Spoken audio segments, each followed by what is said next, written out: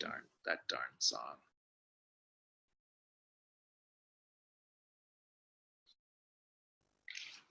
Hello, microphone. Hello, director. All right, well, there's my big old face. I guess that's how it's gonna broadcast. Oh, hey, Jessica Colbert. Oh, hey! I want to say hi to her. Colbert, well, she's not, I don't have anybody's video, but you can chat her if you want to, and just say that your name is Miko. And I gotta change my name. I don't know how to change my name. I used this last when I was in library school. Hi, Jessica. Osel. Yeah, I don't know how to change my name on here. I'm gonna try and figure that out right now too, so that Fajun isn't Maria. You want to be Reverend Fajun? Darn right I do. Put on the screen. Reverend Fajun. Okay. I will change it for you, Osel. Oh, I also found out how to do You it. figured it? Okay.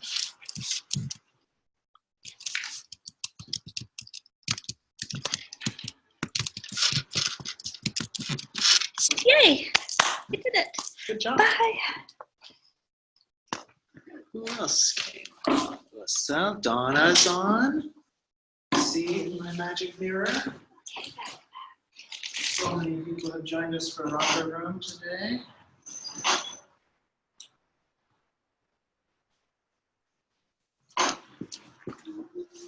All right, well, you kids at home, I'll see if I can share the Google Doc with you. Which means I gotta find it.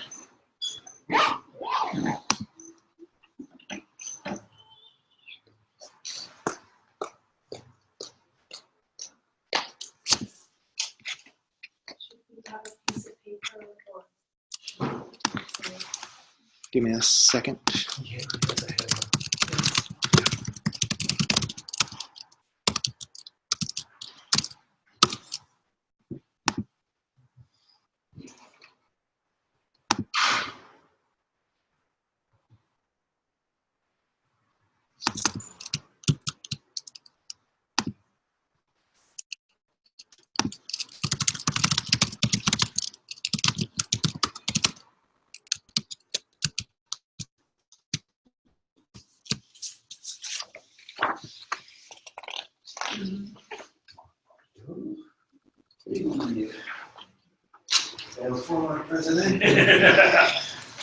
Excellent. Excelente. Presidente excelente. All right, so you guys joining us online, I think I'm gonna keep everybody muted on here, but please chat in the little chat box if you want to talk to me. Or ask any questions or any of that stuff. Yes, okay, good. All right, well, I'm just gonna copy 2 more of these in case anybody comes, and then that'll be enough time to wait for latecomers, and then we'll get started. Sound all right?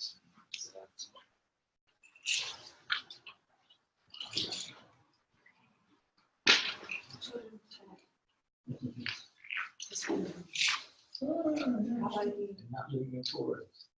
I'm not. Appreciate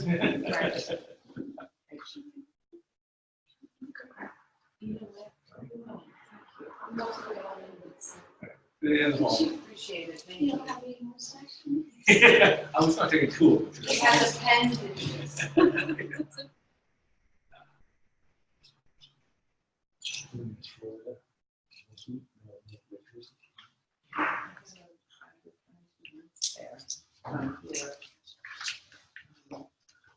I'm wondering.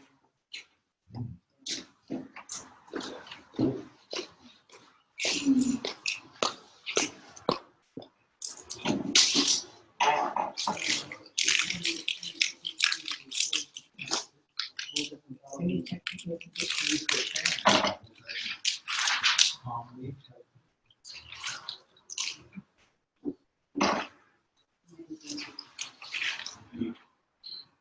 So it's not just dry now, it's not stored.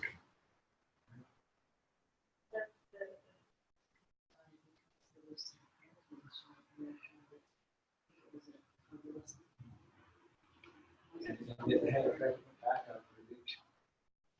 Oh, I mean, they had one that was only going to use for the emergencies.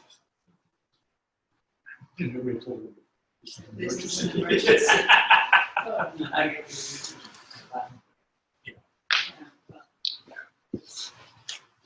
And Lusana joined on. Very nice. Okay.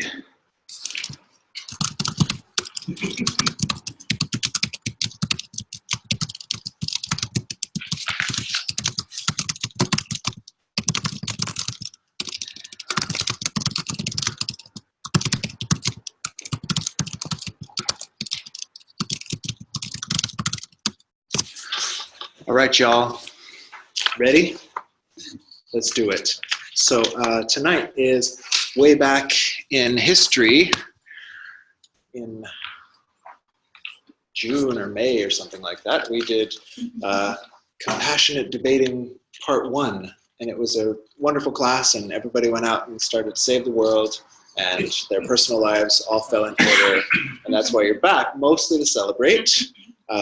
But also perhaps to learn just a couple more fine-tuning about that. So that's what tonight's class is about. And normally I like to go around and do like, hey, well, what brings you here and what's up? And I really want to jump right into content because there's a lot of it. And then maybe if we run out of content, then we'll do what brings you here at the end or something like that. So let's dive right in. The first thing here says self-directed neuroplasticity. Does that mean anything to you? No. What does that mean to you, Miko? It means using the concept of neuroplasticity that we can change our brains and create new neural pathways and all of that, but using that as a consciously self-directing process of like how we want to change our brain. Doing it on purpose, right? So neuroplasticity is this revolutionary concept that they didn't figure out till like 87 or something like that, that you don't stop growing a brain. At some point, the brain keeps growing and changing. So neuroplasticity. And then self-directed is doing that on purpose. So this is the main thrust of everything I'm into right now, is that I remember this conversation I was having with someone, and we were talking about how to like work with, like, if you get triggered in conversations on, you know, intense subject matter or something like that, you know, and I was holding this position of like, well, learn to generate more empathy and then you won't get triggered as quickly and blah, blah, blah, blah. And this person held the position of like, no, that's just how your brain works. That's just, your amygdala, you cannot overcome that. And I saw his point. We were having a debate, a compassionate debate actually. I saw his point, but what the research tends to show is that you're not stuck with the way our nervous systems tend to work. You can, what they say is our nervous systems tend to be Velcro for negative experiences and Teflon for positive, but you can train to switch that. And when you do, you get all of these other capacities, like the stuff we're gonna talk about tonight. So it all depends on being able to sort of like set your brain into a slightly different state. And then the neuroplasticity, so that's kind of the self-directed part. We're doing something on purpose with our brain. The neuroplasticity means in the long term, according to Hebb's law and others, the more you do something with your brain, the more it wires itself that way, right? So if you just for 1 minute a day did some relaxation or mindfulness practice or something like that, you would get some change in the growth of neurons in different parts, of where the blood flow tends to go, or what parts are inhibited during what's activities and what parts are activated. So really kind of cool. So this is our first thing. We're gonna just breathe for a minute together and relax and enjoy. So if you would, find a super comfortable position as well as you can in those chairs. Leaning back or sitting like a noble or whatever you like. Oh, lean back like a noble. Your eyes can be open or closed, also whatever's most comfortable for you.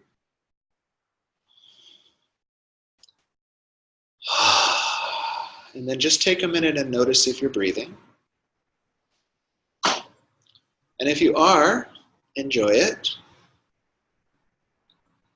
And if you're not, I would suggest, in your own time, begin breathing. Okay, and now notice if you're breathing in or out right now. Don't try to change it. Just notice your inhales and your exhales.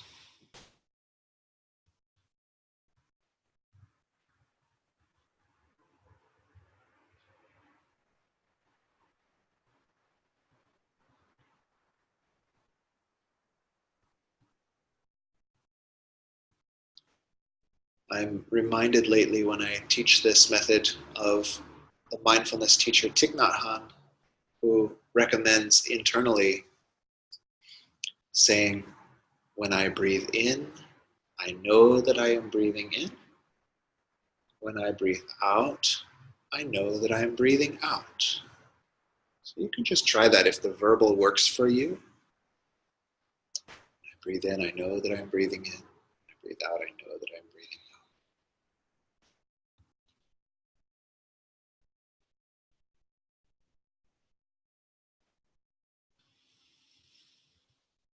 And then he has another mantra, inner mantra, which is when you breathe in, you say, dwelling in the present moment.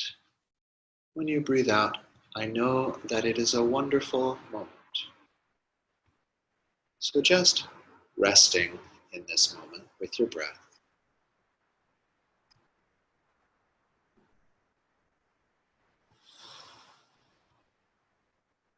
Okay, and then letting that practice go. Take a few deeper breaths. Invite yourself back to a conversational level of awareness. And then we'll use that awareness to converse. Okay, feel all right? Pretty good? Anybody get relaxed doing that practice? A little bit? Lightheaded? Ah, excellent. Just make sure don't meditate and drive, sir. But how many hours meditation have you had this morning? So yeah, cool. Any questions on that practice? Just quickly, pretty simple, like 2-minute enlightenment practice. Any questions at home? You type in the chat room. There's something. Oh, good thing to do at the office. Yeah, totally. So one teacher that I learned to practice like this from, they call it 1-minute mindfulness. And it's basically like people are like, oh, I can't meditate. The secret is most people when they're sitting for 20 minutes have a crappy 20 minutes of meditation. But if you went for 1 minute and like just focused on the present moment, you'd have this whole endocrine cascade through your body that's like better than a lot of people's 20 minutes is, where they're sitting there thinking like, oh, am I going to be able to do this for 20 minutes? Oh, my mind's so noisy. Instead, you could just be like, my breath, it's coming in. Then it's going out. The birds are singing and the sky is blue. How interesting. You know, and you just get into this like stable, groovy zone. Okay, so that's self-directed neuroplasticity, brain priming exercise. So this is yours now, right? It wasn't hard at all. You could probably remember. I mean, not complex. It wasn't complex. Okay, a little bit difficult? Well, that's a weird thing where at first when it comes to my breathing, it makes me anxious. Yeah. It's, And that happens for some, does it calm down after a minute? yeah, I find as it is relaxed. Okay. First, Yeah, it happens, and it's a great thing. Thank you for bringing that up, because if you are talking to someone about meditation or recommending meditation to someone, and they say like, well, I tried to do meditation, but I get really anxious, there is something that some of our brains have a type of vigilance that if we start to relax, they kick in overdrive. So it sounds like yours isn't quite that. It's a momentary thing, and then it relaxes, and you know now that it'll just pass. But for other people, it doesn't pass, it just ramps up. And so there are other types of meditation that they might do. There are more active, eyes open, walking meditations or things like that, so that they too can have their nervous system primed and feel that delicious relaxation, but not have to experience the fear that relaxation brings on. Because some of our childhoods, you know, you learned when you relax, that's when the danger comes, right? And the brain just like, that's encoded, you know. So we don't try to just confront it. We just choose another method. So thank you for. Okay, you got it. Happy to be of service. All right, so let's dive in. Are you ready? Anything else on just priming yourself? So, oh, the last thing on this, it's not too complex. So conceivably, you could do this every day. You just find a minute somewhere. If you know that you have to go into a challenging conversation, you could prime yourself in the car, like before that challenging conversation. You just take a minute and just like nourish yourself with relaxed feelings, because they form kind of like a reserve or a resource. We've found that actually to be true. One thing you might want to look up on your own is this concept called decision fatigue. Have you heard of decision fatigue? It's new and hot. And basically, it's been researched for a while, but the research is hot right now. It means like if you're challenged to make enough decisions, or if your willpower is challenged enough, it's like a muscle, and it actually fatigues after a while. So when they test you, you know, they have you do a bunch of these tasks, and then you get crummier at making decisions or using your willpower, the more tasks you do. Okay? And then the subjective experience of that is that you feel distressed. Right? So what's nice is that when you're doing a practice like mindfulness, you are suspending decision-making and willpower exertion, right? And so you get this moment of like, and it actually rebuilds that resource a little bit, which is quite pleasant. Okay, let's get on this. So we're into debates and arguments, and one great book I recommend is called Crucial Conversations. If you haven't read it, it's a nice one to just like, it's an easy read. And this is kind of the idea that we're gonna deal with here. Is they say like, you know, there are normal conversations, and then you get into these sort of like more high stakes discussions where people's adrenal glands and heart rates start to get a little frisky in the midst of the discussion. And at that moment, you know, you have, there's a whole different set of rules, right? Yesterday, your friend, you could joke around and stuff, but if you crack a joke right now, it might even end the friendship in the midst of that conversation, right? Because like, and how did it, like it can get that way within 2 minutes, right? So this is sort of one of these elements. And then there's the other thing of like, just when people hold two divergent points of view, and they've come together for the noble purpose of convincing the other that they are right. And this is what we call a debate. So obviously that's hard. And I in priming for this class, like I asked my little Facebook, like, what's your least favorite part about debating?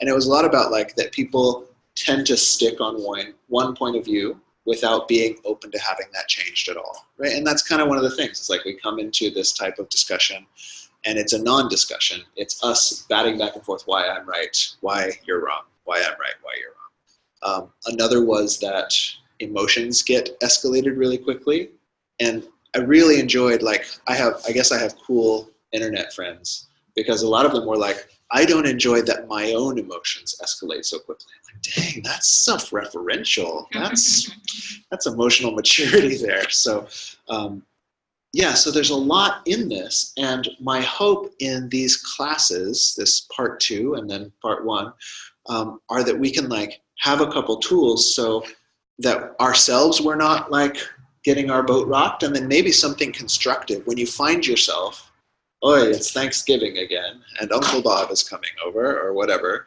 and you find yourself, I swore I would never be in this type of conversation again, and yet there he is, and like, I don't know, like you have a duty to act or something like that. They were like, and those damn Muslims, and you're like, I would just walk away if this were 3 years ago.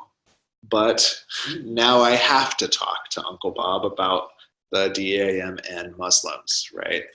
And so, like, how do we do that without soul level injury on both sides? That's what I want to know. So the first thing to talk about is that there are I have found there are low stakes debates and there are high stakes debates. There are low stakes and high stakes. So like low stakes, and this doesn't mean the emotional investment that a person has, because you can take something that seems really minor, has very little effect on your life, and that can split up a marriage, right? So that's not what we're talking about. We're talking about like physical consequences in the life, like debates on how to discipline the children or something like that. Like that's a high stakes debate in my understanding of it, because like these are people's lives and the society that those citizens will come to, like the whole deal, right?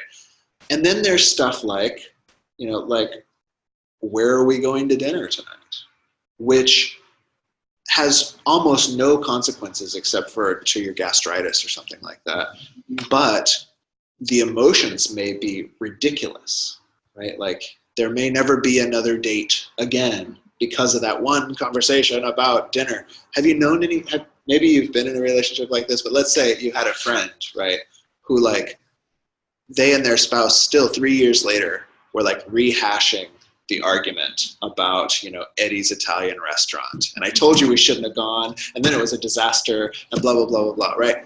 This is a low stakes debate with irrational, ridiculous emotional tides flowing in it. Yeah? Okay. So these are the two things that we're going to talk about, because I think they're two different ones, right? Like on the one hand, if I say like, just let them have their say and like let it all play out and just be there for them emotionally, but it's about the future of the children, like that's not really good advice in my opinion, right?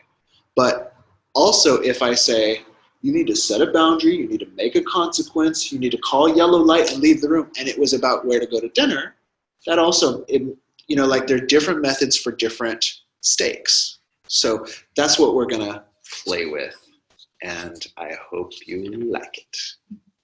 Any comments or questions or please or requests yet?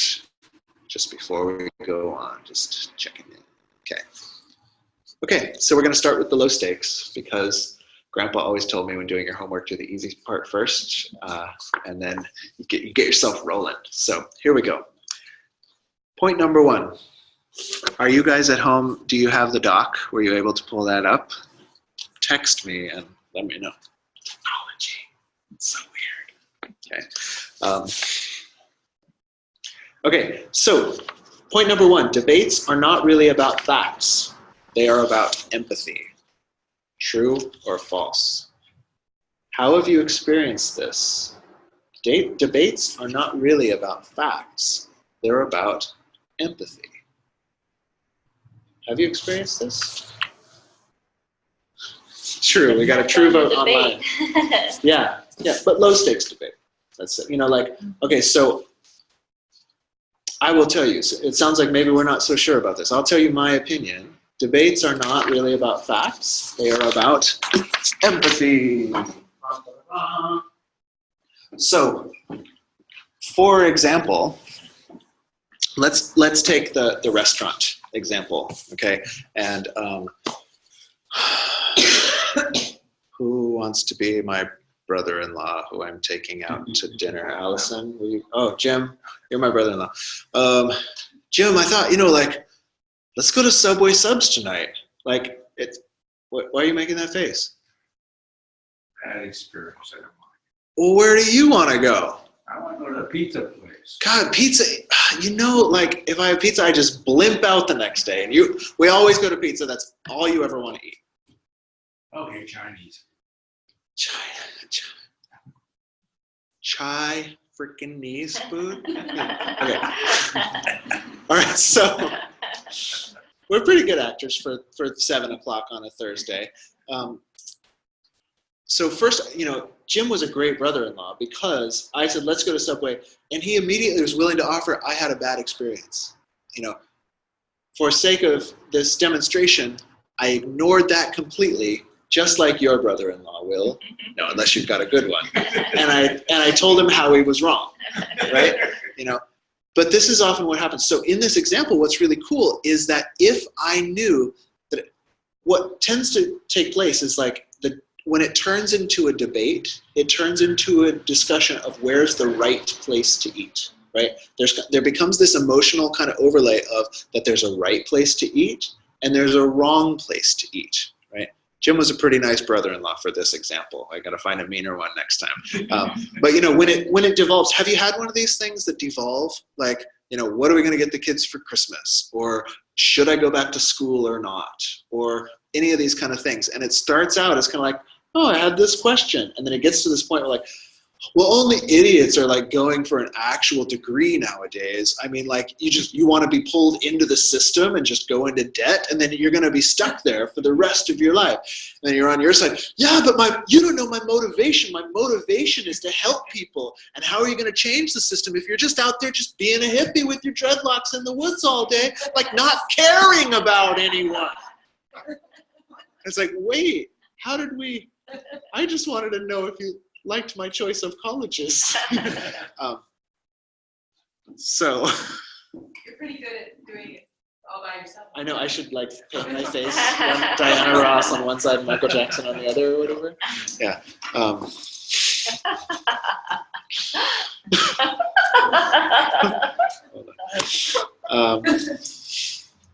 So have you been in something like this, or you've seen this go down? You've seen your friends or the next table over at dinner, you're on a date and you're like, you can feel it, like Hurricane Irma, it's like, oh shoot, it hit the tropics, it's on its way, So in these situations, it turns out that we're not arguing about the facts, right? And in general, like people don't even bring the facts to bear. Like it's just pizza is good and Chinese food is bad and Subway subs are easy, but your choice is complicated, right? So it's not about the facts, it's about empathy. It's about empathy. So if my brother-in-law Jim and I, we're gonna go, have a brother-in-law dinner. Like we haven't done it for 6 months. I mean, so I wanna go to Subway. What do you think? And he says, same thing. Nah, last time I went, I don't want to go there. Oh man, well what happened last time? I spent the food, but I came home sick for the day. Oh, gross. Yeah, that's no fun. Well, I thought it would be kind of like easy, and I wanted something fresh, I mean, what do you willing to go somewhere fresh and easy? Yeah, it's nice. That fresh food. I like that there. Buffet. Oh, dude, a buffet, right? Because you could just go in, you pay, you eat, and then we're out. Big choice. Ah, that's awesome. So generally, like I volley, and now you guys don't have this because we all primed our nervous system. So we're all like sitting Buddhas, right? But most of us, like you come in off the street and we're running so much stress, and then nobody empathizes with anybody, right? Like, okay, who's gonna be my husband?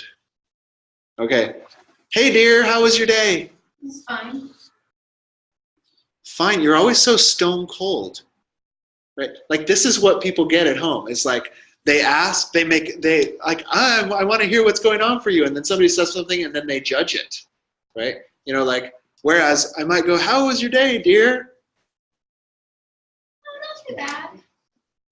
Okay, cool. Well, like, that's cool. I want a little more. Like, was anything exciting or was anything like challenging? I really just need some time right now. I totally get that. Let's check in. Why don't I text you in a half hour? Sounds good. All right, cool. Nobody does that.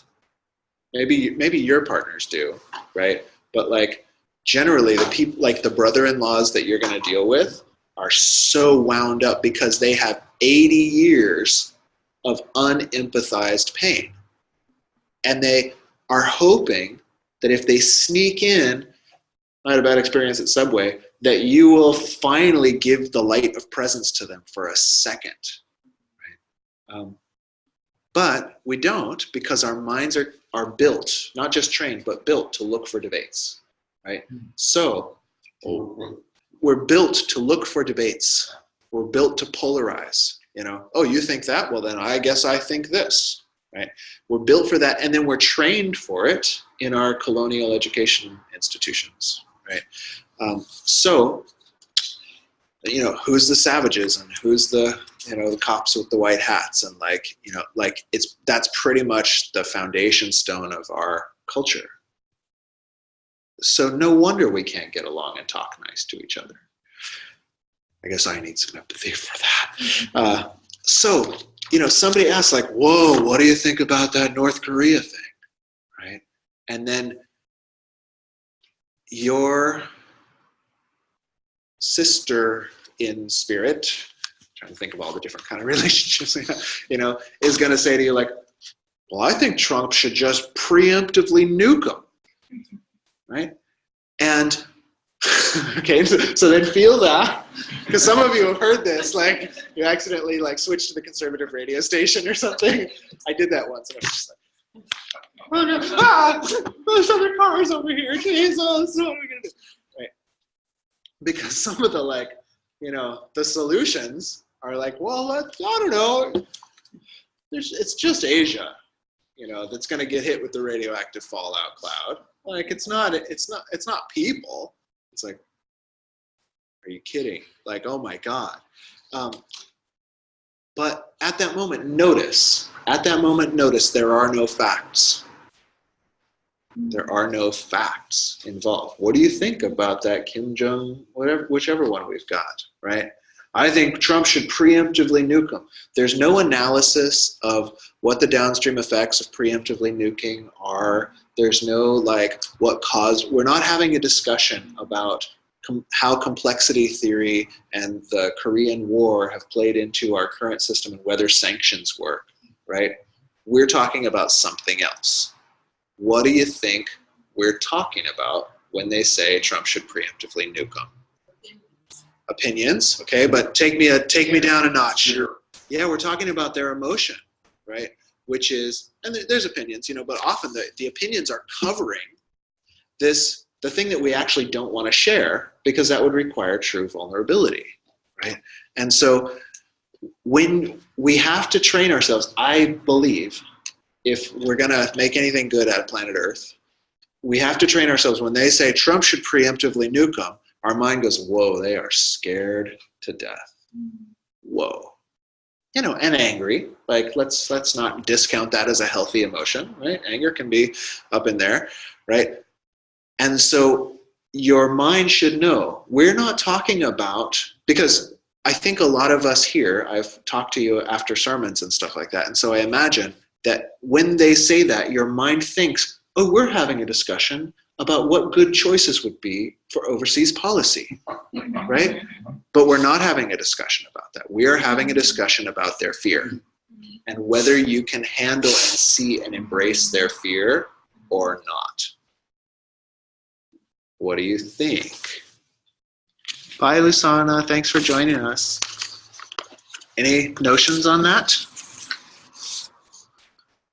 My notion is that the response then, instead of having a knee-jerk literal reaction, the NJLR? Is what they're feeling. Yeah, so this What is... I'm hearing from you is that you're feeling both scared and angry, and you're feeling like you need to act first, because if we wait, something terrible is going to happen. Am I right in getting that? Yeah, I like it. And you have to adapt the slang depending on how hard-hearted person is you're talking to. Because some people, if you jump right to reflecting their emotions, they'll shut down because they realize you saw them and they are now vulnerable. But we might say, right, we've done this, we've seen it, right? But you might say like, wow, so are you telling me that you think it's really dangerous if we just let them continue unchecked with this proliferation they're engaged in? And I go like, yeah, you nailed it, you know? And then, you know, we might throw in like, yeah, that really scares me, you know? So, but depends. Like some friends, you can jump right to the emotion. But yeah, that's the idea, is that we jump right into, once our minds make the shift. Oh wait, we're not talking about facts. We're talking about feelings. In secret, right? You can't tell them we're talking about. It's like, oh, that sounds really dangerous. Like you're sneak attack empathying them because you're not going to change their mind anyway. Like this is the thing with debates. They don't work. This is my Facebook poll showed, and lots of polls, it's more scientific ones show, they don't work anyway. And so the only choice you have is to alienate or embrace. That's all you get to do in a debate. Something's I was assuming it's really hard because you might be feeling the same thing, but reacting a little different than that person is. And then I feel like I can't really do it. Yeah. So like you're feeling scared too, Right. but you have a different strategy of how you're going to deal with that fear. Right. Yeah. And that's the thing that we get to. I think we got to that kind of in our last class, is like often the two people are experiencing exactly the same emotion, and they actually have the exact same need underlying that emotion. And yet their divergent strategies have caused this complete polarization where they think the other person, like by the end of the conversation, you think you're enemies and you can't stand to be around them anymore. And like, how could they even think that way? And it's like the level of terror that is driving their experience is exactly the same for you and they.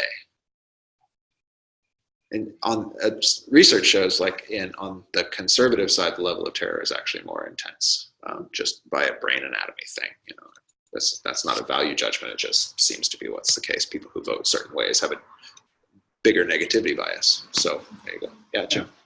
Sometimes I found that I phrase it as "I believe blah" instead of "it is that way." Everybody knows that. On down. That's right. You're dumb if you don't. I say "I believe," and just say, "Well, Jim just believes that. Obviously, it's wrong." Yeah. But I told you what I think without making you say that you should believe it too and get where you're That's going. right. You're not trying to force them over. Yeah. And it brings civility into the conversation. Yes. I've heard about them. Okay, so we've got that they're not really about facts. They're about empathy. Does that kind of land? Does that make sense? Okay, cool. So, and then we know kind of what to do about that is like convince our brain to remember, we have to practice this quite a bit, and we'll do a little bit tonight. Going to these classes I'm talking about is a style of practice. Thank you for being here. And we'll do a little dyad practice together. But we have to learn how the hair trigger response is not like, oh, somebody's right and somebody's wrong. Let's find out who. This is about facts and information. And to go like, this is about feelings. Little inner child, like, So, okay. Now, what do we do? An inconvenient truth. Not just the title of an Al Gore movie. It was a phrase that he used for the title of his movie. So here it is. The inconvenient truth. Life is not fair. Has anybody other than me found that? I guess so, huh?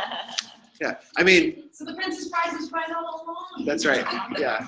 Maybe it's just like people like me who kind of believe in karma or something, like maybe life is fair in that way. But as far as conventional life, like what should happen to you ain't what happens to you, right?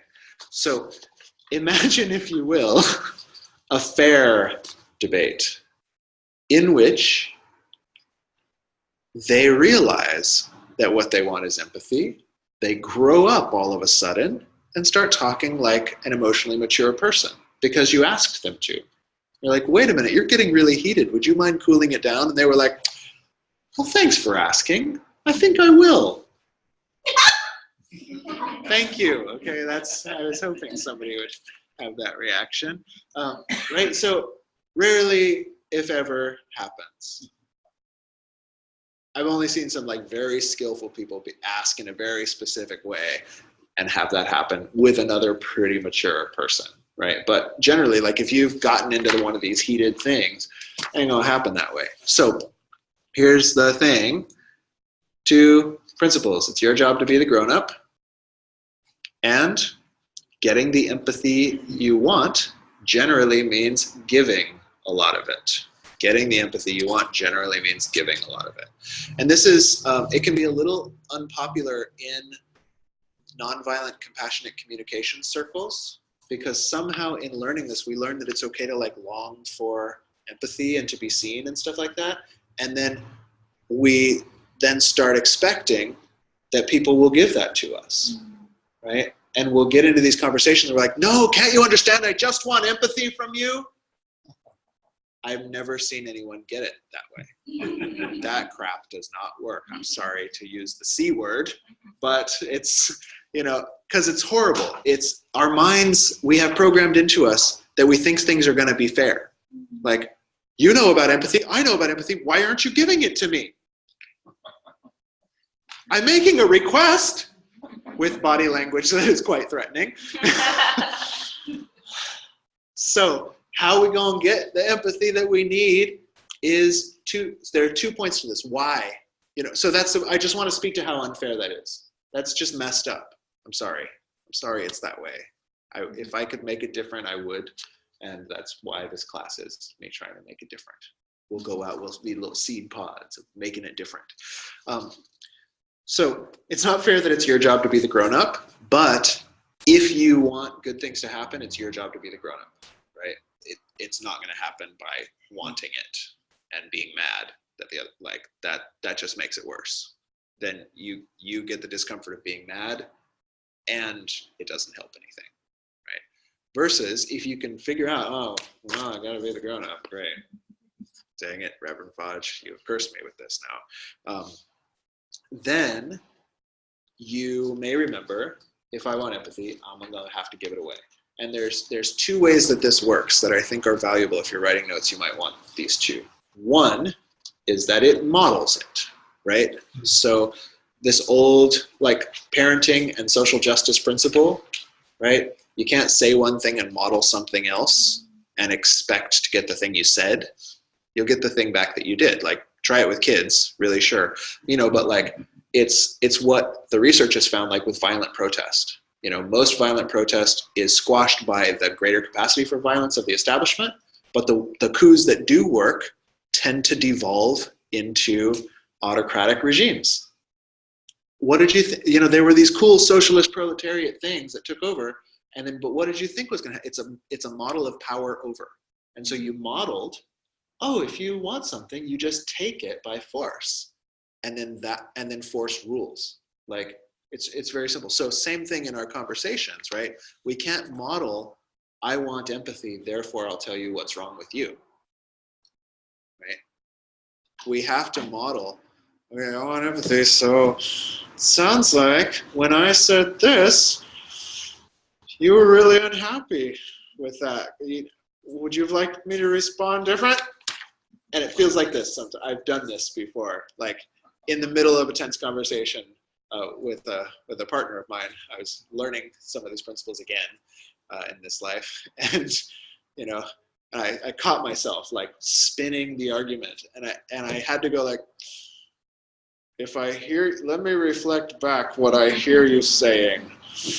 When I did such and such, you were scared because you needed.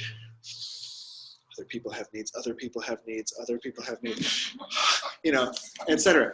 And wouldn't you know, it actually ended the argument. We went back to connection, even though I was such an awkward robot man, by saying it, like just trying to recognize that other people have needs and to like do that first. Like, it was amazing. It was really amazing. So this is one, you model it. And if it doesn't happen in that conversation, it's a low stakes conversation. Who cares? But you tried. You gave it your all, right? You Gandhi'd that conversation, okay? And at least you're amongst the greats, right? You satyagraha'd once that week. But the other thing is that people's nervous systems will not become conversational until they are empathized with, right?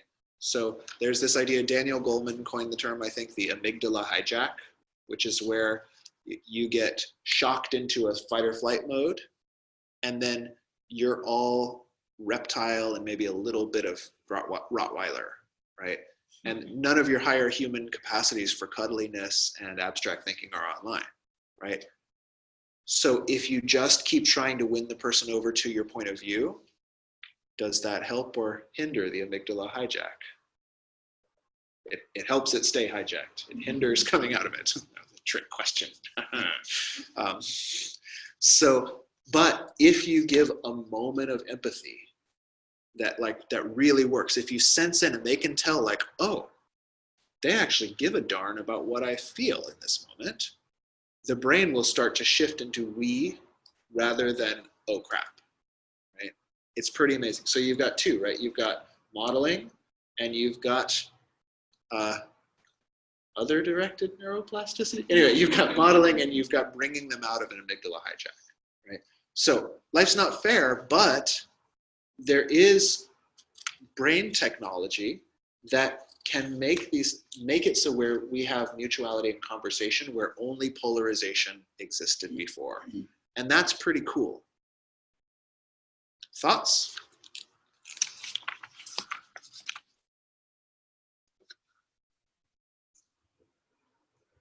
Yes. What would be another definition for, or another way of expressing bringing them out of a Amygdala hijack. mental hijack? I was trying to think of one.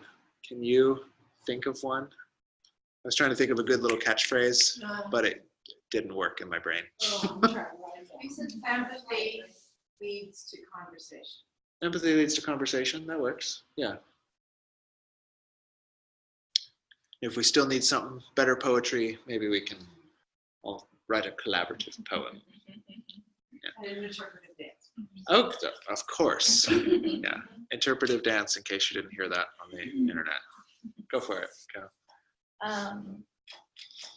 I was thinking about a situation that I had with an ex, and it was after we were already exes, but we were trying to work through some trauma that had happened in the relationship, and so that we could remain friends. Yeah. And it was very intense. We had been trying to work through it for months and months and months, and a lot of the time we were in a relationship, and even had gotten professional help and still had not been able to break through it. And we were in an argument about it again, still trying to work through it, but not seeing it.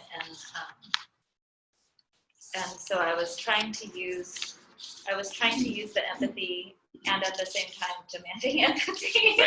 And but then what actually worked in the moment at that point is I just broke down and got super vulnerable and said, look, I'm sorry, like I just really need your help. Like if we get off the phone and this is where the conversation ends, like I'm gonna hate myself for a week. Like I just like, would you please. And I just in a heartfelt, broken down way begged for empathy.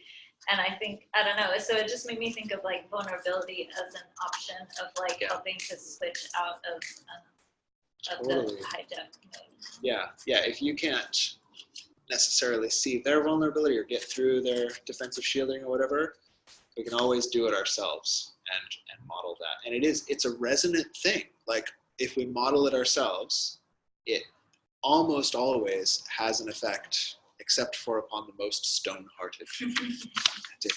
Is there any way that you can learn to be aware of when you're being defensive? Yes. And learn to think before you respond. Think about what is the most effective way of responding without Yeah. I love escalating. this question, and I'll repeat it for the internet folks, or I'll paraphrase it, which is, is there a way, or how can we practice actually catching ourselves getting defensive and then reacting from that place, or is there a way to train ourselves in noticing and then responding from a different spot? And that's what that meditation exercise is for, because how it works is that you learn what it feels like to be relaxed, and you become sensitive to when you're doing something else. If you are able to either come on Sunday or tune in later to our meditation class, that's what it's going to be basically all about, which is finding this particular relaxation response state and what the ancient traditions as well as some modern research shows is that when you get into that calm, content, and compassionate state, which is really it's our baseline before we go and like manipulate it with stress and stuff like that. When you're there, you have it's a gap. There's a little gap between stimulus and response. There's a stimulus, cognition, and response. And that pause, which we practice in meditation, then ripples all out into our ability to interact with other systems.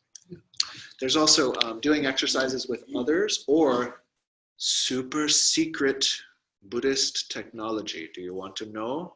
It doesn't mean to say Sanskrit words. It's called analytical meditation, or a subcategory is called review meditation. And so this is a thing great for people who get anxious when they meditate, by the way, which is where you would sit, you immobilize the body, you regulate the breath a little bit, but then instead of trying to like blank out the mind or be pleasurable or something, you go, what are the 5 main emotions that people might feel? Oh, well, glad, sad, mad, scared, or confused. Huh, okay. Well, if I get into a conversation today and someone starts to get triggered, since I've reviewed this, now I'll know, like, oh, if they do this, they might be mad. If they do this, they might be feeling sad. If they do this, they might be feeling confused. And then you would go on in your meditation session, like, well, what are some of the universal human needs that I really relate to in myself? Oh, well, we all need food, we need sleep, we need this, we need that. Oh, cool. Well, so when I have to talk to my coworkers today and they get one of those 5 emotions, like they might be needing sleep, or they might be hungry, or they might not have had sex and whatever frequency is appropriate for their life, or whatever it is. And all of a sudden, because you've done this like 10-minute meditation, you go around the world looking at things totally differently. And so there are ways we can sort of like hack the matrix with that. Okay. Yes, there's a Buddhist online who says by practicing in these kind of ways, they've noticed their destructive mental emotions much more readily. So this is the idea, like, and it's almost like in hospitals or factories where they set up a thing to like log different behaviors, like they log hand washing behaviors and things like that.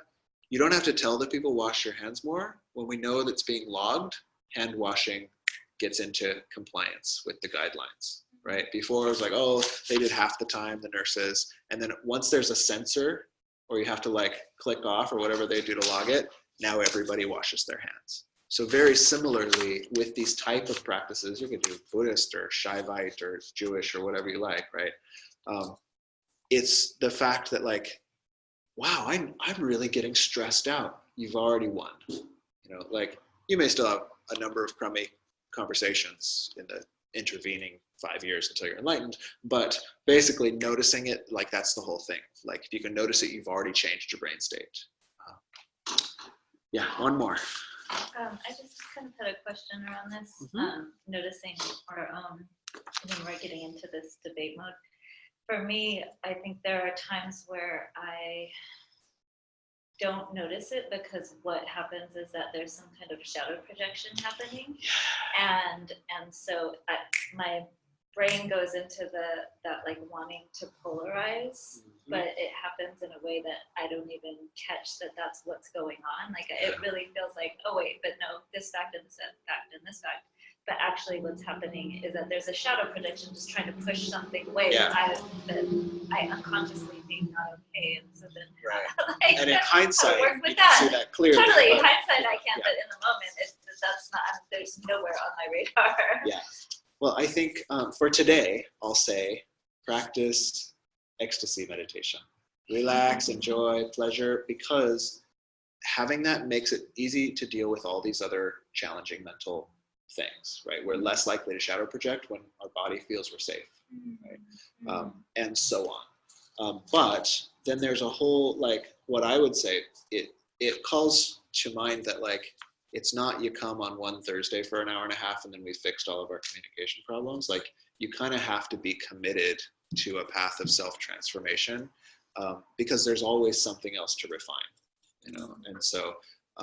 shadow projection is one that there are practices for. I think you watched that class that I did, the Scott's group. Yeah, and so there's the 3-2-1 practice and the 3-2-1-0, which should be done daily if you want to master shadow projection. And then there are polarity practices where in your own comfort of your own home over a cup of coffee, your mind comes up with this idea, oh, those guys are so stupid because blah, blah, blah, blah, blah, blah. And then you practice adopting that idea as if it were true. And you toggle and you recognize how much assumption there is in your own viewpoint and how much kernels of truth there are, and so there are these ways of enhancing flexibility, mental flexibility. Okay, got to move on because time. So the best practice, don't argue, empathize. This is the slogan for low stakes debates. Don't argue, empathize. Oh, that's such a stupid point of view because it actually wasn't Bill Clinton who did the thing. It was so-and-so. And anyway, blah, blah, blah, blah, blah, blah, blah, blah. Yeah, that sounds really complicated. Thanks for letting me know. I'm actually quite confused about that. End of debate. And what they wanted to let you know was that they're sick and tired of people oversimplifying a radically complex and nuanced situation and just taking these positions when the history shows and the articles they read show blah, blah, blah, blah, blah. You're right, man, it is a lot more complicated. Thank you. Right? Because what did you lose when you did that? Right. You lost time. You lost less time than if you tried to debate them on whether it was Bush or Clinton. Right? So you cut the argument short by 40 minutes. What else did you lose? Well, the opportunity to be right. Right? But here's the cool thing, you didn't lose the argument. Because who cares? Like nobody was going to come and give you cake if you won. Like, so all you've really lost maybe is like some self-grasping discomfort, and you may have gained a friend. And I've actually done this. I've had people like, when you said that was so insensitive because you didn't consider this and you didn't consider this and you didn't consider that, And so I took about 3 hours going like this because fortunately that was in an email version. And then I practiced this mantra that I learned from a great master, which was like, maybe you're right. And then they were like, well, thanks for saying so. I've had a lot of people who are they're so insensitive and they're mistreating this marginalized community and this and that. And they said exactly the same thing you did. And I personally was being very careful not to mistreat that marginalized community. But it doesn't mean that they don't hurt because people are. So, if I have to take the fall for those guys to ease this person's heart, like, who cares? I probably am bigoted in part of my mind and they help me figure it out. So just take the fall. That really sucks that people mistreat marginalized people. Thanks for calling me out. I will try not to do it in the future. Now, we're buddies. Something? Yes. I heard a story about Thich Nhat Hanh, which was that during or shortly after the Vietnam War was over, or during the war, he was in New York, I think, or Paris. I think it was New York. Speaking of New York because of the conflict, but he was speaking to a group of journalists or I don't know what. And there was quite a bit of heckling. He got quite a bit of heckling. Mm-hmm. And at one point, somebody asked a question, why don't you live in Vietnam? Or Blanc or something like that. Yeah. And he left the stage. He came back about 10 minutes later and continued his lecture. And somebody asked him, why didn't you go off stage like that? He said, well, because I was feeling angry. I didn't want to respond to anger. So I went off stage until I could control it. Yeah. So he performed radical self-empathy. which is a whole other practice session, which is totally crucial to be able to pull off any of this stuff. But we did that meditation, so you're empowered to do it.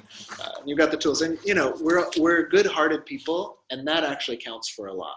Like, you take your good heart, and then you get the slogan: "Don't argue, empathize. Don't argue, empathize. Don't argue, empathize." And you kind of drill that in, and you can do quite a lot with that. Like, I have been surprised at like just getting a few little communication tools, and then having something come up and being able to go like, "Oh, it sounds like you're feeling really enraged." "Yeah, I am. Thanks for noticing." "Okay, good talk." Holy crap, I didn't expect that to work. Okay, that's a little bit of an exaggeration, but kind of like that. Really weird. Okay, would you be willing to do a little role play with a friend? Okay, if you are willing, your face will look like this when I say find a partner. And if you're not willing, your face, we won't know what it looks like because it'll be slightly hidden. Okay, so if you would, look around for other open faces. Find yourself a buddy.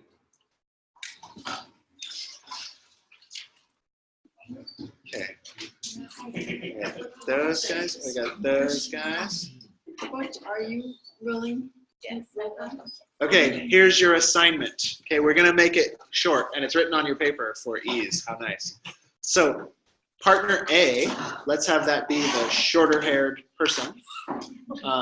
Partner A is going to hypothetically adopt, a weird stance on something. And we called this low stakes, but then I put kind of some high stakes things on here. But the notion, again, it's like you're not going to change their mind about abortion, right? Like, I haven't seen lately very many conversations where one person was pro-life and the other was pro-choice, and they were like, "Well, you really brought me around to your way of thinking." Like, but you do have a chance to understand why they're thinking the way they're thinking, right? So partner A, and then if partner B, if any of these things are especially triggering for you, you can ask them like, "Please don't talk about this," okay? Because we're keeping groovy, soothed nervous systems in the fellowship hall.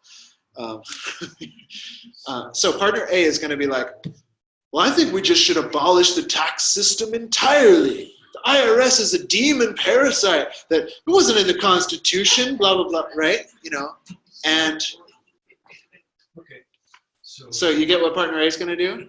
They're going to take this position, pretend to be kind of vociferous about it. Partner B, look on the back of your page, the Universal Human Needs sheet. I will send this to you online in a second. And you're going to try to imagine what they might be needing that's causing them to adopt that situation. So let me tell you mine. Like my tax abolish the IRS stance, like I might really be needing autonomy, freedom, integrity, right? Like all these kind of things that might make me like sign libertarian on my voter ballot or whatever, or anarchist or whatever it is.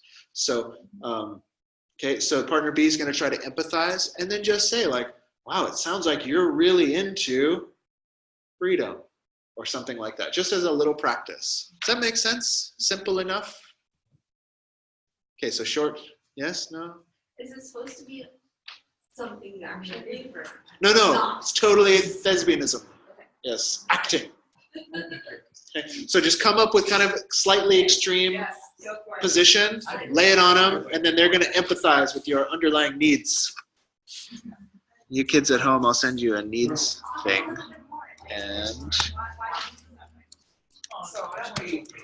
you can look at it.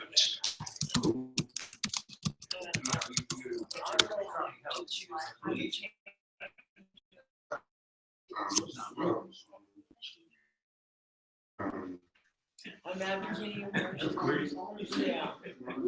Yeah, all right. So, there's So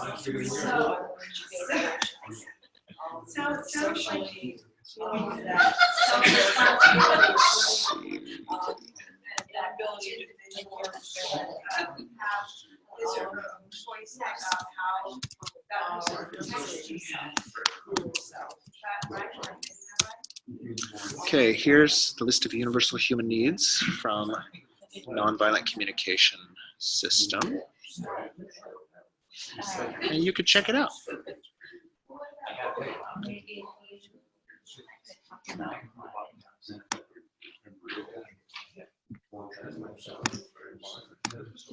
no, I could do half of that. So it sounds like you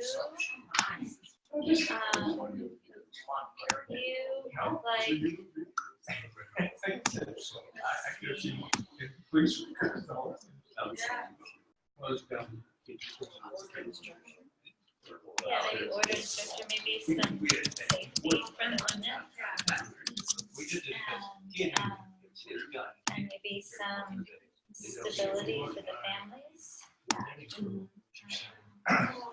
So it would have worked on your younger self. Yes. Maybe some, Yeah, we'll try to get it on why it's a nut Which is autonomy. If you complete one side, go ahead and swap roles. Okay. Okay. So I'm pro. Okay, now you're pro-abortion, I'm pro-life. So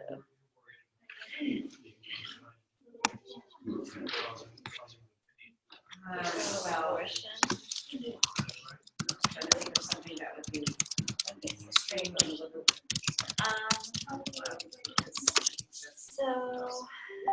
it's wrong to take away. So I think people should be arrested for making intolerance. If someone makes a racial, or anti-Muslim inflammatory remark, I think they should have to get fined or something like that, and it's 3 times the equivalent into jail. Because they are engaging in religious committed rights, rights, they're not thinking about how that could cause violence in our society. Yeah. And those kind of inflammatory statements should just not be allowed.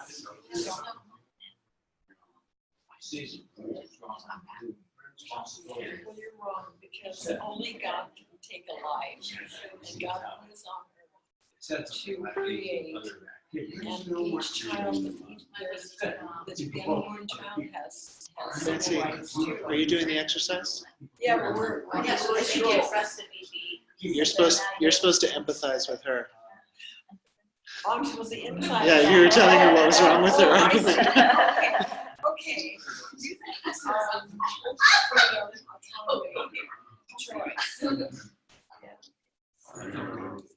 I wonder. And, self-responsibility. You would be letting go people saying And, let's see. believe Really? based upon a possible implication, a possible cause, but actually. If I said something Let's else, see. You were they will like, claim. Is that what you're saying? so, I'm not sure I quite No, no, no, understand. no, what you said. you're really addressing and clarity. Yes, you're hearing. yes. Take about 40 more seconds. I'm afraid that you should start targeting Muslims or immigrants in general. Or redheaded women, I'm really concerned about that. Yeah. Good job. Emphasizing that extreme view. I should have chosen the one my dad always chose. My dad was very strong supporter of Southern poverty law center. Right. So, We did that. civil liberties. And I asked him, there were a bunch of neo-Nazis that wanted to march through his neighborhood. Ding, ding, ding. All right, please wrap up.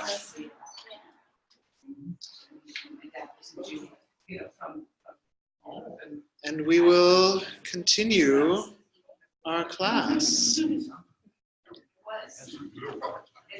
Oh, good. You did extra credit? I like that. All right, let's be a group again.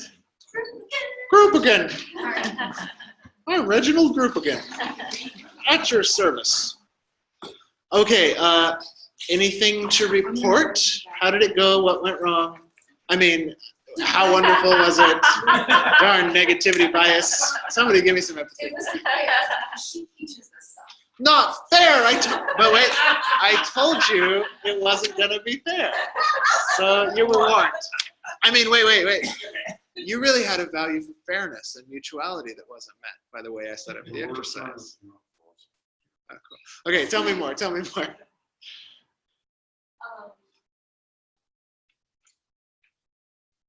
really hard. Yeah, that's true. That is true. Did she take an extreme viewpoint that was like, you were like, God, why would even a person think that way? Yeah, cool. But then you figured it out, right? You managed it eventually? Cool, thanks. Good job, Willow. This too can happen if you take the courses on Thursday nights for a year. Or a year and a half, or something like that. Anyway, I yes. had difficulty remembering which side I was arguing. That's a problem that happens in mock-up debates, but never seems to happen in real debates. We always, so that could be really convenient, you know, if in the middle of the debate, like it was those activists that accidentally put acid in the water or whatever. And you're like, wait, what am I arguing? Who am I? What are we? What is this? Like that might solve all the debates. Don't go do that. I'm not advocating that online. What else happened? I have a question. Yes. We used the abortion thing, Mm-hmm. and so I was looking at this list of universal needs and so forth. I'm thinking, so we struggled to find a category for emphasizing. But I'm wondering, what would it be like to say, I hear that you're really angry at something. Is that true? That's so like I'm wondering if you're not- somebody's pro-life and they're angry that people are getting Something abortions. like that, right? Yeah. It's we're kind of skipping a step to jump right to the needs. Sometimes it's just the feelings, right? So yeah, sounds like you're mad. You're ticked off about this. And then often what's nice about that method is that they'll go, yeah, I'm mad because blah, blah, blah, blah, blah, blah, blah. And that will get you right in. Yeah. So this is a great exercise. And thank you for bringing up sort of some of the challenges with this. Because if you ever get bored in life with all of the weird technology that surrounds us and bids for our attention and the work weeks and things that have going on, you could just think about an issue that someone might argue the other side of, or that you've seen. How do I keep getting in this debate with people on the streets of Oakland? What the heck? And start imagining where in the world might they be coming from, right? You know, you think women shouldn't have access to abortion clinics? What in the world is wrong with, no wait, what deep human needs might be alive for you? And, you know, like, being a person who, I'm a member of a religion that believes in some of its iterations that life begins at conception. And so I, in my 30s, gained a whole new appreciation for pro-life arguments, because all of a sudden, like, that resonated kind of with how I think the human spirit works. And so I'm like, oh wait, love, nurturing, hold on. Physical safety for the unborn child, right? Like liberals they're just thinking of that as a mass of tissues. Liberal, as if, you know, but I'm just making caricatures here, you guys. But, you know, like your standard everyday liberal who votes along the liberal ballot, that's just a mass of tissues, right? But if it's not, then you're killing someone, right? And like if you can adopt that perspective, you can see why oh my God, like that's an emotional issue. And then you can have a conversation, right? Because you haven't dehumanized the other. If you can't do that, they're just so stupid that they can hold that, like, how could anybody be that stupid? So one more, are we ready to move on? A couple other things to cover. Yeah. Trying to think of something like this in a real argument, I would have found it very hard to get away from a moment to be able to think of these. Yes. They were very effective when you did say it. Once you figured it out. Yeah. It was, kept right on, and I kept thinking, oh, any kind of power or feeling I had about something went away. That's But- cool. And I, When she was able to empathize yeah. you. yeah. And when Nice. she did it, I Yeah. struggled. So this is why this is a great game. Like maybe this should be, the monopoly of the next era, right? Let's not teach kids to be robber barons, but like let's teach them to be empathy masters, or something like that. Because it's what we play that determines how our nervous system grows, right? Like it's just, these are just tracks that we have not laid down. And I know from my own experience that you can lay down a new track. I'm not a master of this, but I also know some people who are pretty darn masterful, and you watch them and people are like, but what about this and this and this? And they go like, I can see where you're coming from. And I'm watching the conversation, we're just like, oh my God, how'd you do that? But you have to do something, you have to fill in, because that's a little too general. I think you're just trying to say something. But if you had something, a couple of other words, Yeah. then I really. And that's where Yeah. internalizing this Yes. comes in handy. And we'll do further classes in the future on fun ways to internalize this. But one way is just play with your buddies and be like, hey, Miko, will you be a Second Amendment advocate for me, please, so I can empathize with you? Or something like that. Like, hey, Sarah, can you be a Bernie bro, and I'll be 2016 Hillary Rodham Clinton, like whatever. Okay, so, and it's fun. All right, moving on. So now the high stakes. And the reason why the majority of this class tonight is on the low stakes is because you'll see part number 2, all the low stakes stuff still applies to the high stakes. Okay, why? Because, and I'm going to switch to, what do they call it, didactic rather than Socratic or something. I'm going to ask rhetorical questions, and then I'm just going to answer them rather than waiting for you because we're at the end of our time. So why? Because you have to remember, even though it's a high stakes thing, like it's unlikely that you're going to change anybody's mind, right? So the best you can usually do is gain mutuality, gain rapport, right? Because like, okay, you're really invested and that somehow means they're going to come over and see your point of view. No, usually the more you're invested, the inverse relationship between that and them coming over to see your point of view, because you get triggered and you're less likely to give any empathy or give way to any of their views, because now it's survival of ideas, idea war, info wars, or something like that, right? Okay, so let's do high stakes because it's going to be fun. So that's all the low stakes stuff still applies as a prereq. And then there's some specific stuff when it's like you kind of need people to know that saying the N word is not a great idea in modern civilized society, right? Like you're not going to cede that point, right? Now the stakes are higher on this. But if you start from enemy images and it instead of thou, and how could you be so stupid to think that? It is stupid to think that. But if you start trying to have a conversation from that point, you will not make any change. Sorry. Because you're operating from power over. Remember, the revolutions that operate from power over tend to create autocracies, which means even if you get the person to stop saying that word, they'll stop saying it when they're around you. And they'll say it with their buddies, and they'll form a whole underground of white supremacist buddy bros who trash your car later or something like that. Okay, that spun out really far real quick. But, it's like we don't change people's opinions by getting triggered. It just doesn't, or by calling them names, it just doesn't happen, right? So what can we do when these stakes are high?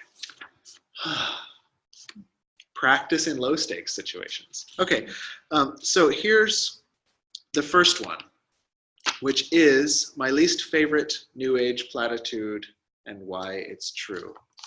So my least favorite New Age platitude is, there is no truth. There's each of our truth. I understand you think you're telling me the truth, but you're telling me your truth. And I hate that because when it comes to flat earth arguments or should there be LGBTQ plus rights? I think there's kind of a truth.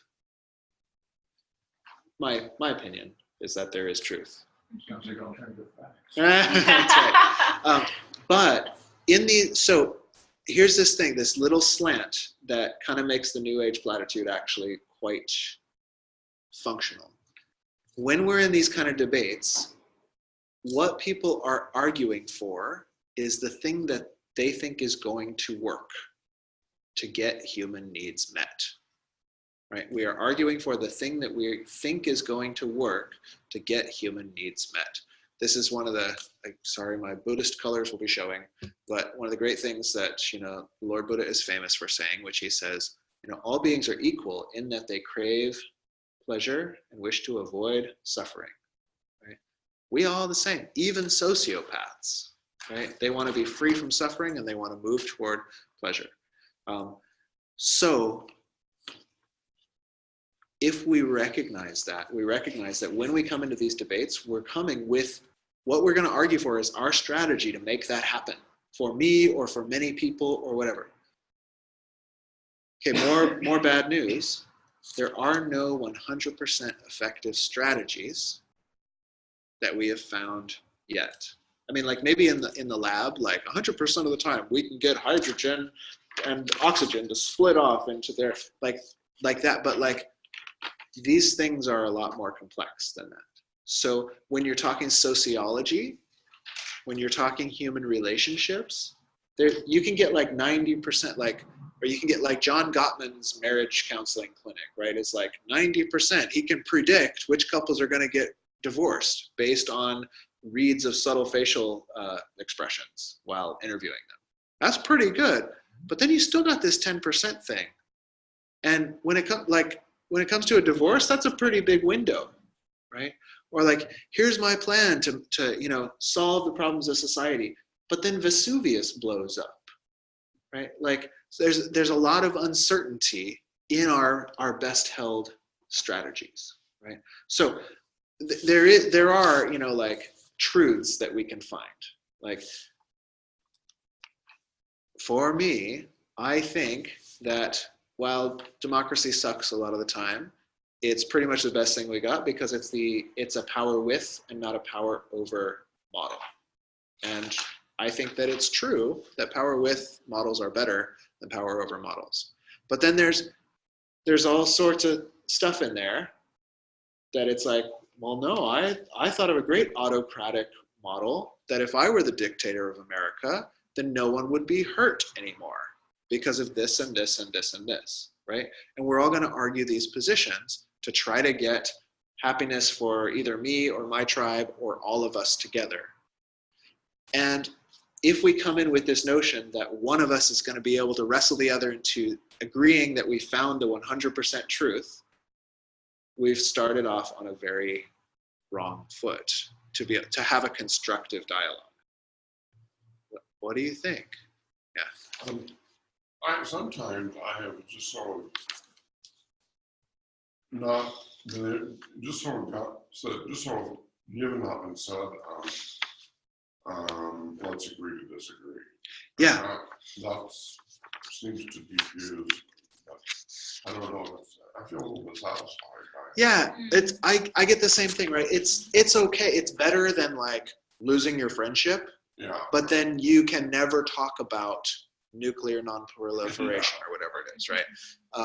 So that kind of sucks. And then if we're in a high stakes thing of like, it's the kids' education, it's the rights of Black Americans, it's whether women get to vote, then maybe like we might need to keep talking about that, even though we disagree.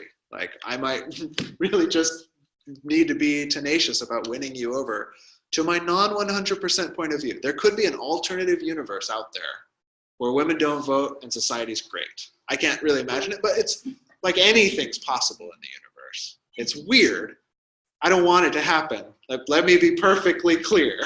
but some mixture of like the dudes got like weird oxytocin injections every 3 weeks, and so they had this directive testosterone thing, but they felt everyone's emotions, and they're like, well, why don't you guys just do it, and we'll be dreaming. Who the heck knows what makes anyone happy? But like for us, like no, we're gonna keep talking about the women's vote thing until y'all come around. That was a totally weird example. Sorry if I offended everyone. Okay, good. So all the low stakes stuff applies, and then we have to start with this notion that what we're arguing for is not the truth. We are arguing for a perspective, and they are arguing for a perspective, and we are likely not going to get to the truth in that conversation. It's hard enough to get to the facts, but even that is far removed from getting to this whimsical unicorn beast called the truth, right? Of which one is going to work. The facts say when you do this in a society, it works out 75% of the time that society gets these goals that we want. Where's the truth, though, in that? We still didn't find out what's the best form of government, right? We only know that when you do this form of government, these things happen 75% of the time, right? We don't know what's, I find myself like, what's the best form of protest? No. We don't know nobody's ever going to know what the best, because there's infinite variables that we can play, right? But we can know that like, okay, well, when you use violent protest, this happens. When you use nonviolent protest, this happens. When you use creative protest, this happens. When you use the same old stuff, this happens. Blah, blah, blah, blah, blah. We can play with that, but it still comes down to, well, what's your perspective on it? Like, okay, so neo-mammalian trick 1 was do all the stuff for the low stakes. Empathize rather than argue. Especially because it's hard. I was going to say, even though it's hard, no, be a warrior about it. Life's not fair. Number 2. Okay, so this is a trick to bring people into their neocortex. And this is, I couldn't find the citation for you. I'm very apologetic for that, but I read somewhere, it's like about the, what do they call it, where people cement into their head, but like the more you, one's called like the rebound effect or something, but the more you try to change their opinion and like even give them like well-documented facts, the more they sit into their position. That sucks. Don't even do that. Like, boring. So this research found that one way to pivot from that, one of the few only ways is, so let's say that you're saying, hey, wow, I heard this thing. Bernie proposed a single payer, and then, oh my gosh, Elizabeth Warren got on with it, Kamala Harris got on with it, blah, blah, blah, blah. Now all we need to do is bring over Pelosi and Frankenstein, and like, we're good to go. And then they're like, you believe in single payer? Oh my God, what kind of a libtard are you who believes that could ever actually work, and the 32 million that it'll cost and whatever and whatever and whatever. If you say, yeah, but the current system already costs 49 million and blah, blah, blah, blah, blah, and this and the insurance company is a big pharma, but it's gonna go nowhere. They've got their pre-canned responses for them. But if you say, sounds like you've got some interesting knowledge on this. I'm actually a little unclear about how single payer works. Could you explain that to me and the differences between the system we currently have? The first thing you'll find is that most people don't know what the hell they're talking about. Pardon my language again. And the second thing that you'll find is that what they found in this research is that once they try to describe it, the rest of the conversation, they're more open to new information because they started thinking. It's so weird. And also they think that you are listening to them. That's right. They're arguing with my point. Yeah, and you've modeled, and then the brain sometimes in rare blue moon nights with the first North Star or whatever, they'll listen back. Once you listen to them, occasionally they'll listen back. But even if not, you've just created neuroplasticity. It's amazing. You had this one little chance to create like 2% ability for variance in their thought patterns, and you took it by asking code words. How does that work? Right? Oh, the Second Amendment and the thing and blah blah blah blah blah. I see. So it sounds like you really, you're an advocate for freedom, for personal freedom. Yeah. And am I getting it right that you think that makes us safer? Yeah. Well, how does that work? How does that make us safer? You know, and you'll hear their theory. Okay. Then so fun. It's pretty fun. Research proven. Okay. Research proven. Trick number 3, though, if they start giving you weird alternative facts, and you're like, that seems different than something I read. Okay, your impulse is going to be, no, you can't trust. I saw that come up from that website, and it's Snopes disowned it. And then that's their cue to go, Snopes is just 2 Democrats sitting in an apartment in Mississippi. Right? That's what you say. And Obama funded them, and then George Soros did something, and don't you know he's a Jew? Wait, how did we get there? But they go there, and it's awful. So instead of saying that, you can say, that seems different than what I heard. Can we research this together? Okay. And if you're lucky, don't get me wrong, this takes a degree of luck, right? But if you're lucky, if you don't do this, you just blocked luck from your life. So this is the difference. Like there's still a coin toss, but if you don't ask the right questions, you don't get to toss the coin. It's just a downward spiral, right? So when you ask, can we research together? You've created we space, and now we are both on a hunt for truth. Oh, that's CBS. That's a liberal news outlet. Well, what news sources do you trust? Well, I trust this. I don't trust that source. Is there a source that we can both find that we trust? And if not, well, then there's the end of that. But occasionally you can go like, well, I used to listen to the BBC when I was a kid. They're, I don't know who people trust. So can we research this together? Shall I just wrap this up? Are you ready? We've got 3 more points and they're crucial. Okay, the need for yellow and red light. There are whole classes that can be taught on this, but it's important to bring up in high stakes debates because sometimes you do need to have the debate. You cannot just call it, okay, we're just gonna agree to disagree, right? Like I was a stepdad once and there was a co-parenting situation with bio-dad, and you can't just call that, right? Like bio-dad has a totally different view of what's good for the kid than mom and stepdad have, and we're just gonna have to work it out. Or like there are legal battles or all sorts of, subtle, insidious, like how much sugar do they get to eat so that he's a crappy kid when he comes home on Monday battles and like all this like good cop, bad cops, like it's terrible. You're gonna have to have that debate. But if voices elevate, if faces turn red, you have to stop for now. Because nothing will get done in that state. So we'll do this later, right? But it has to be thrown into this conversation. Yellow light means someone's starting to get triggered, right? Elevated heart rate, and then here are the signs. Future class, you can look this up, but like volume increases because I really want you to hear me. Rapidity of words increase. So yeah, I know you have something to say, but let me get this finished. And then it's 4 or 5 more paragraphs, right? And they talk faster so they can get all the things in there because I know you're not listening to me, and so you're just thinking about what you want to say, but I want to say. Oh, bro. Body language becomes like mansplaining guerrilla body language, things like that. So if you see the starts of this, you can ask for a pause, right? And if you learn about a yellow light, you can actually ask for a pause. If you can find it before the person gets triggered, right? And here's what you say. Okay, this is ninja stuff. Can you handle ninja stuff? There's slight mind control involved in here.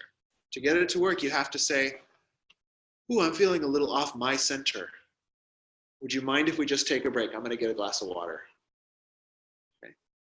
Because you've probably tried, I think you're getting a little triggered right now. Do you want to take a break? I've tried it. Hey, good job acting, right? That's how it works, right? Why are you getting so upset? Don't do that one. Do not do that one, right? Calm down. I told my partner. That one really helps. I told my partner once she needed to self-regulate. Oh. It was That so. makes me feel so much better. It was so bad. You did that. I did. It was like That's why 5 I'm years ago. sitting here just,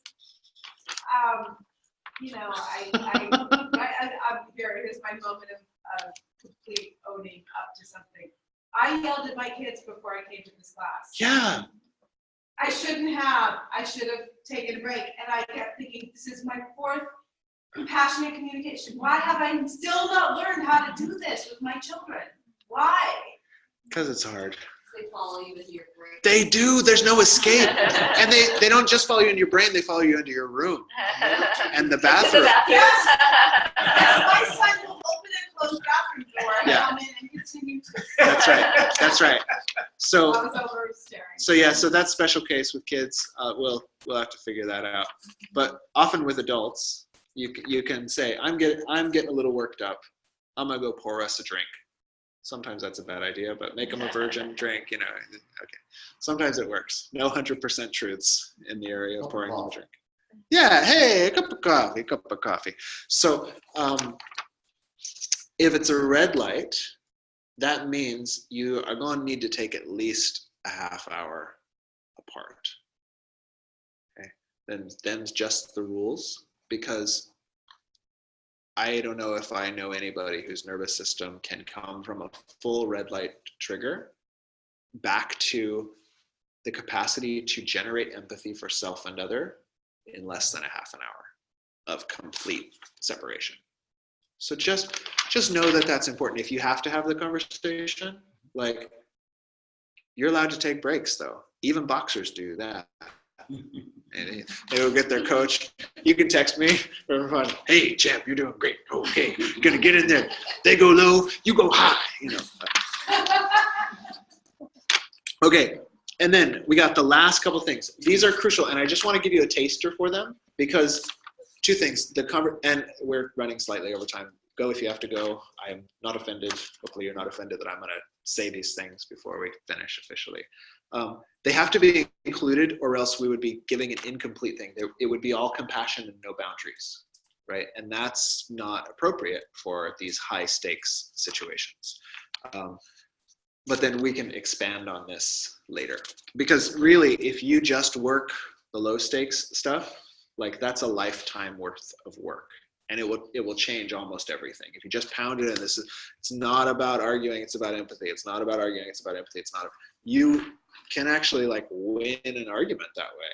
It's pretty amazing if you got really skillful at that. Okay, so requests and consequences. Requests and consequences. So this is when the stakes are high, you just can't agree, and you're gonna have to figure out how to live your life in this state of disagreement. So it's another pivot. We have to pivot from the goal being to win the argument to the goal being whatever external marker we're looking for. The kids are safe, right? Minority populations are unassaulted, right? Whatever it is. And so we're not asking the person to change their mind when we make a request. We are asking, would you be willing to install body cameras on all police uniforms in the United States? Would you be willing to Install body cameras on all police uniforms in the United States. Would you be willing, Senator or Congressperson, to block any legislation that sends tanks to the Santa Cruz and San Jose police departments? No. Would you be willing to reverse the NDAA that Obama signed that says you can call anybody who's an American citizen a terrorist if they're protesting and lock them up indefinitely in Guantanamo Bay, right? Would you be willing to do that? I know we don't agree on whether terrorism is as scary as you think, but would you be willing to do this thing that's in alignment with the Constitution of the United States of America and due process? So then we get really specific because if we had to wait until we agreed on the argument, that's a whole thing. But can you agree that the kids will go to school in Los Gatos this year? We'll work out next time who picks them up on what day. Can we agree that they're going to go to the Los Gatos school, or whatever your choice is, right? These are clear requests. And they're stating what you want from your side. Then there are consequences, right? Which are different than punishments. Again, this is a whole class, but it's why in these high stakes conversations, it would be incomplete if we didn't say this, because the idea is if you don't install body cameras on the police uniforms, here's what you can expect. Not because we're shifting from a power with mentality to a power over. Well, people got more power and we're going to destroy you, but because my integrity will not allow me to act in any other way than, etc. If you don't install body cameras, we will illegally sit on the stairs of the police department, so the jails are so full that you cannot conduct business and lock up actual criminals. And if you want safety on the streets, you might want to do something about this protest that's coming to you as a demonstration of our dignity, right? If sex education is not a part of the American school system to this particular degree that helps to not have such a high teen birth rate as you have in places where sex education is minimal, like in Texas, then we shall withhold tax money from this or whatever. This is a consequence because I can't pay for an American education system that leads to unwanted teen births and all of the consequences of that, or whatever it is, right? So do you see the difference? It's not, your position's wrong. Sex education and Planned Parenthood are right. It is, if this happens, then I must do this. I am compelled internally to do this. Makes sense? Yeah. Well, I remember during the last election, an old friend of mine from high school who recently helped me with my computer a little bit. He's sort of a bigwig in the high-tech industry, but anyway, he was for Trump. No, not really for Trump, anti-Hillary and anti-Muslim. But basically, he sent me an interesting email about a woman, a Muslim woman, who was in favor of Trump because she felt that some of the Muslim refugees might be terrorists. Yeah. And because of some of the abuses of women. So, so I said, I heard what he said. I said, well, I feel that woman is coming from her, what she thinks is her self-esteem. But for me, my self-esteem says that I have benefited all my life from programs initiated by the Democrats. And so they may not be the best people around, but they're as good as any other. Yeah. I've benefited, so I'm voting in my self-interest. Yeah. The Democrats. Yeah. And he said, "Yep, I'm so okay with me." Yeah, and I think this can be our final point. We'll have to do those other two things in the future class. So sorry, but I hope you got enough information. When we take positions that are demonstrative of our own dignity, it's much more powerful than taking positions which are anti what's wrong with someone else. Okay? So shine your own dignity. Attempt to see the dignity trying to shine through the weird, horrible stuff that other people want to tell you is a good idea, and we might just be able to have civilized conversations that save people's lives in this country and world. I want to say again, but actually for the first time, we might be able to have civilized conversations that save people's lives in this country for the first time. And so, thank you for participating in this high stakes conversation. And I'll see you on the 13th of October. Amen. Thank you. Thanks, online people, for coming on, playing with this stuff. And now, Oh, I think there's a little basket There's a back basket. there. You can just, yeah. Thanks, everyone. Yes. All right, signing off.